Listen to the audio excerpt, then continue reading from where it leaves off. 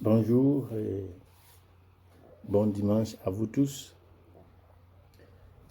Nous sommes arrivés au 5e dimanche du temps ordinaire, l'année C, de l'année A, et nous méditons autour du thème « Une lampe allumée dans la lumière ». L'Église nous propose la prophétie d'Isaïe au chapitre 59, versets 7 à 10. La première lettre de Saint Paul, apôtre aux Corinthiens, chapitre 2, versets 1 à 5. Et l'évangile selon Saint Matthieu, chapitre 5, versets 13 à 16. Une lampe allumée donne la lumière. Autrement dit, une lampe allumée éclaire l'endroit pour dissiper les ténèbres. Après une grande déclaration créative de la lumière que Dieu le Créateur avait faite, il y eut une deuxième déclaration liée aussi à la lumière. Et lorsque le livre de la Genèse nous disait, au début de ce livre, que la lumière soit et la lumière fut. Dieu vit que la lumière était bonne et Dieu sépara la lumière et les ténèbres. Dieu appela la lumière jour et les ténèbres nuit. Genèse chapitre 1, verset 3 à 4. Gardons cette phrase. Dieu vit que la lumière était bonne et Dieu sépara la lumière et les ténèbres. Cette séparation exprime notre identité. La séparation de la lumière et des ténèbres indique et exprime notre propre identité. Nous sommes appelés à la lumière comme la lumière du monde. Nous sommes appelés à apporter des changements comme le sel de la terre. Aujourd'hui, Jésus nous rappelle de notre identité chrétienne, c'est-à-dire être la lumière du monde et le sel de la terre. Par sa nature, la lumière éclaire l'environnement, donne la chance de bien voir. Donc, elle chasse les ténèbres. Cela veut dire qu'avec la lumière, personne ne sera heurté parce qu'elle nous permet de voir clairement. Avec la lumière, les hommes restent toujours actifs. C'est pourquoi Jésus nous disait dans l'évangile de Saint Jean, au chapitre 11, versets 9 à 10. N'y a-t-il pas 12 heures de jour? Si quelqu'un marche le jour, il ne bute pas parce qu'il voit la lumière de ce monde. Mais s'il marche la nuit, il bute parce que la lumière n'est pas en lui.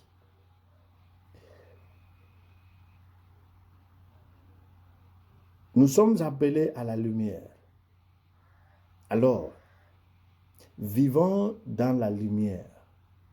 Grâce au Christ, nous sommes aussi le sel de la terre. À propos de l'alimentation, le sel joue le rôle de purification, de préservation et aussi la conservation. Et il lutte contre les bactéries, les microbes, les impuretés. Le sel donne aussi un bon goût à certains plats cuits, parce qu'il aide les ingrédients à faire sortir leur propre goût. Au jour de notre baptême, nous avons tous reçu l'Esprit Saint, grâce aux eaux de baptême, grâce à l'huile sainte, le Saint crème.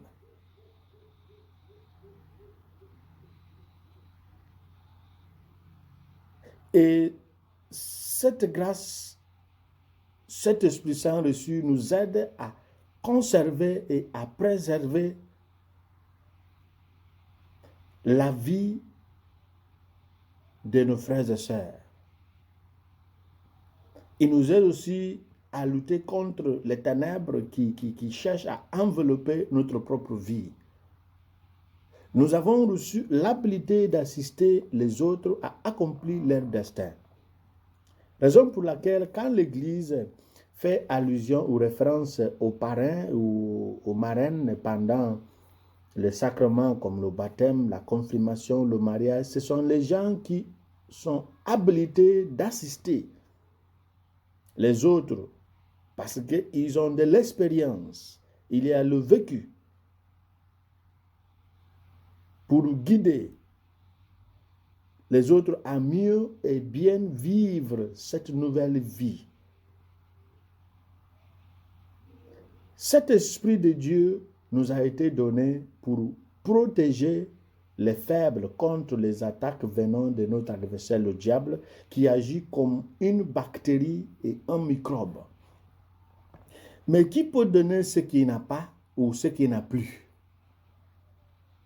C'est pourquoi nous sommes appelés à maintenir, à garder le goût, à garder nos lampes allumées, à garder le sel que nous sommes.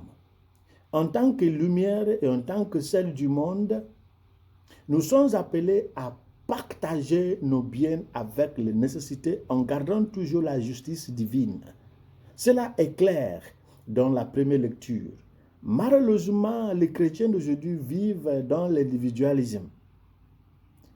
Par rapport à le monde, combien d'entre nous donnent aux autres les biens de valeur?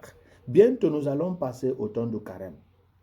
À partir du 22 février, avec le mercredi de cendre, le carême commence. Nous allons voir la publicité de le monde, la publicité des jeunes, la publicité des prières et aussi le don des biens sans valeur.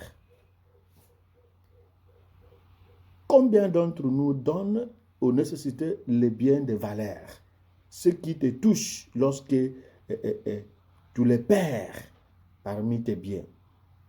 C'est pourquoi l'Église nous invite à faire ce qui est pratique. C'est toujours les articles usés que les gens donnent. Des fois, on dit en union de prière, pendant que vous savez bien que vous n'allez pas prier pour cette personne. En union de prière est devenu un souhait inutile. Juste simplement pour se séparer de quelqu'un. Combien de fois est-ce que vous avez prié pour une autre famille? Saint Jacques nous enseigne à ce sujet. Si un frère et une sœur sont nus, ou s'il manque de la nourriture quotidienne et que l'un d'entre vous leur dise « Allez en paix, réchauffez-vous, rassasiez-vous » sans leur donner ce qui est nécessaire à leur corps, à quoi cela sert-il? Ainsi, en est-il de la foi? Si elle n'a pas d'œuvre, elle est tout à fait morte. Jacques chapitre 2, verset 15 à 17. Nous ne sommes pas dans la lumière si nous sommes égoïstes et avares.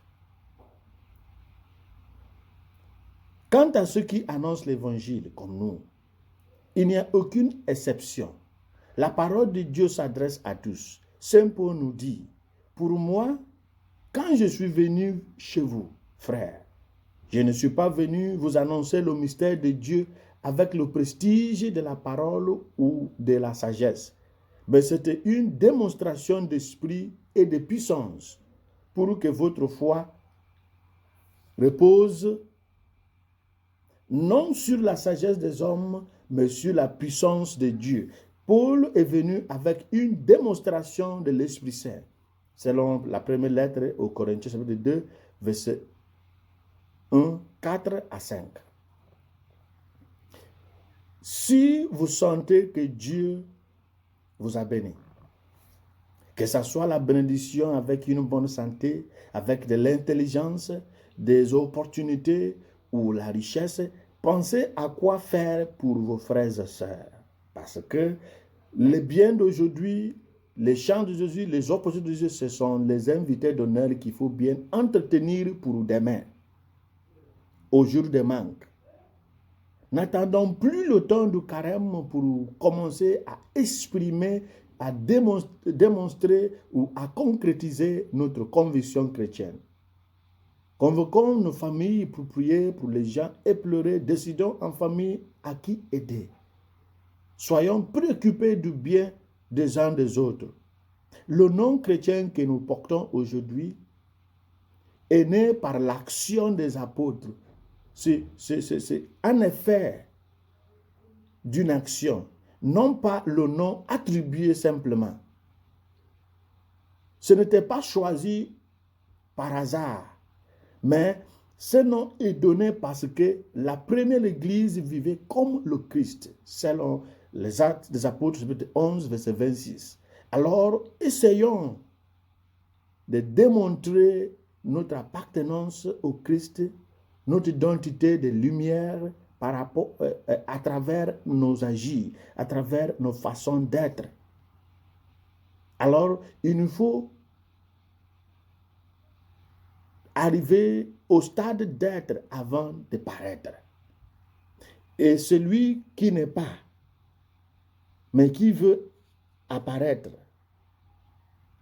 présentera une fausse identité. Nous sommes appelés à la lumière. Et la lampe allumée donne la lumière, éclaire l'endroit. Que le Seigneur nous bénisse, qu'il nous donne la grâce de rester la lumière et du monde et le sel de la terre. Que nous maintenions notre goût et nous maintenions notre importance et notre valeur. Au nom du Père et du Fils et du Saint-Esprit. Amen.